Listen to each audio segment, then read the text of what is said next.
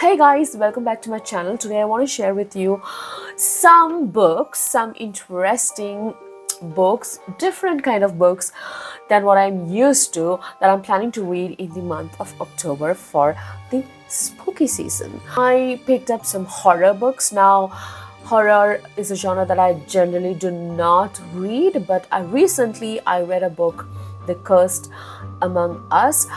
I put up a 5 minutes review of the book as well, so go and check it out. I really enjoyed it. It was a nice fun, very 90s 80s slasher kind of movie vibes. I went to many booktubers recommendations and I picked up a few books to read during the spooky seasons, so let's check out what they are. If I'm speaking kind of weird, that's because I've got heat boils inside my mouth, so it's kind of painful, but I had to get this done today, so please bear with me.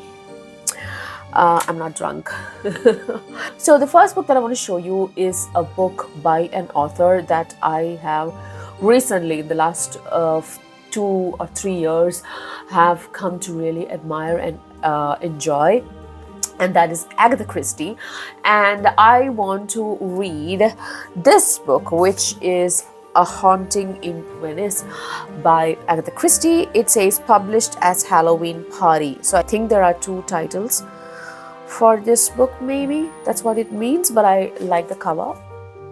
That's really horror-ish, right? So what does it say? When a Halloween party turns deadly, it falls to Hercule Poirot to unmask a murderer. During a night of party games, Joyce Reynolds boasts that she once witnessed a murder. No one believes her, but then she is found drowned, face down in an apple bobbing tub. Set against a night of trickery and the occult, Hercule Poirot and Ariadne Oliver must race to uncover the real evil responsible for this ghastly murder. And I think there is a movie also based on this book. I have not checked the Goodreads for this, but it's Agatha Christie, right? So I saw a horror kind of book from her and I wanted to read this. It definitely is a murder mystery, but I'm thinking maybe there are some horror elements also. So that's why I picked this book up. The second one is a book I picked up because of the author, and he is the author of the book based on which the movie Bird Box was made, and it is Josh Neileman, and the book is A House at the Bottom of the Lake, right? Yeah, it's been doing rounds in the book lovers community or horror lovers community. Let's check out the synopsis. The story begins. Young lovers anxious to connect agree to a first date, thinking outside the box. At 17 years old, James and Amelia can feel the rest of their lives beginning. They have got this summer and this summer alone to experience the extraordinary. But they didn't expect to find it in a house at the bottom of a lake. The house is cold and dark, and it's also their own.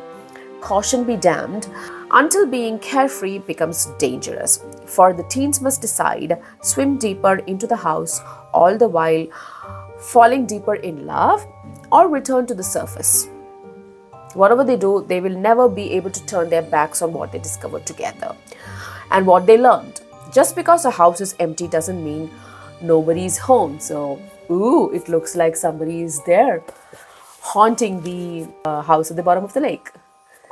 Quite interesting premise. It looks like today is not my day. I'm getting so many interruptions during this recording. Anyways, the next book that I want to talk about is basically a cover buy plus bookstagram buy for me, and it is How to Sell a Haunted House by Grady Hendrix, and it has got 3.7 stars out of from 60,000 votes. So that's speaking for itself. That's incredible. So I really want to read that book. And all I know about this book is that this woman, she is coming back to our hometown because her parents passed away and left her a house.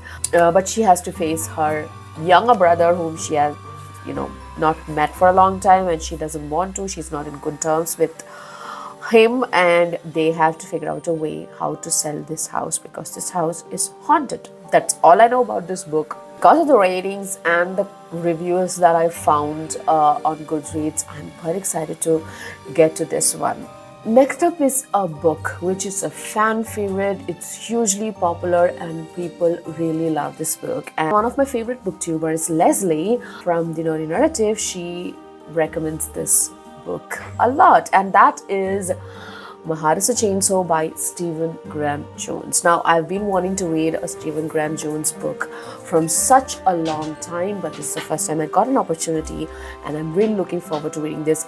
I know there is a lot of gore elements. I know it's going to be gritty, but at the same time, fun. So it's funny enough that I have heard so much about this book, but I have no idea what this book is about, what the synopsis is. So let's find out. I know that it's first book in a trilogy, and it has got 3.5 stars from 30,000 votes. So that's great. In her quickly gentrifying rural lake town, Jade sees recent events only her encyclopedic knowledge of horror films could have prepared her for. Jade Daniels is an angry, half-Indian outcast with an abusive father, an absent mother, and an entire town that wants nothing to do with her. She lives in her own world, a world in which protection comes from an unusual source: horror movies, especially the ones where a masked killer seeks revenge on a world that wronged them. And Jade narrates the quirky history of Proof Rock as if it is one of those movies. But when blood actually starts to spill into the waters of Indian Lake, she pulls us into her dizzying encyclopedic mind of blood and masked murderers and predicts exactly how the plot will unfold. I'm going to stop right there. I think that's synopsis enough for me, and I can't wait to get it. Last but not the least, I want to read The Sprite House by Johnny Compton. Now, this is a book that I found from a recommendation video by Taylor from Books and Lala. The synopsis goes like this. Eric Ross is on the run from a mysterious past with 2 daughters in tow. Having left his wife, his house, his whole life behind in Maryland, he is desperate for money. It's not easy to find safe work when you can't provide references, you can't stay in one place for long, and you're paranoid that your past is creeping back upon you. When he comes across a strange ad for the Mason house in Texas, Eric thinks they may finally have caught a lucky break.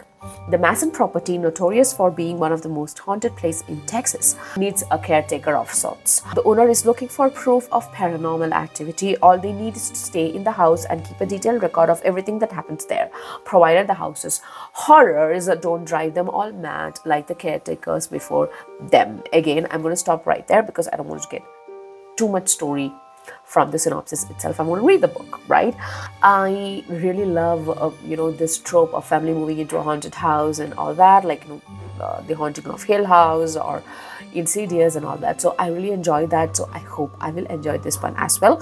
And most of these books, I think I'm going to do emotion reading because I love to listen to a good narration while I'm reading my book when it comes to thriller and horror.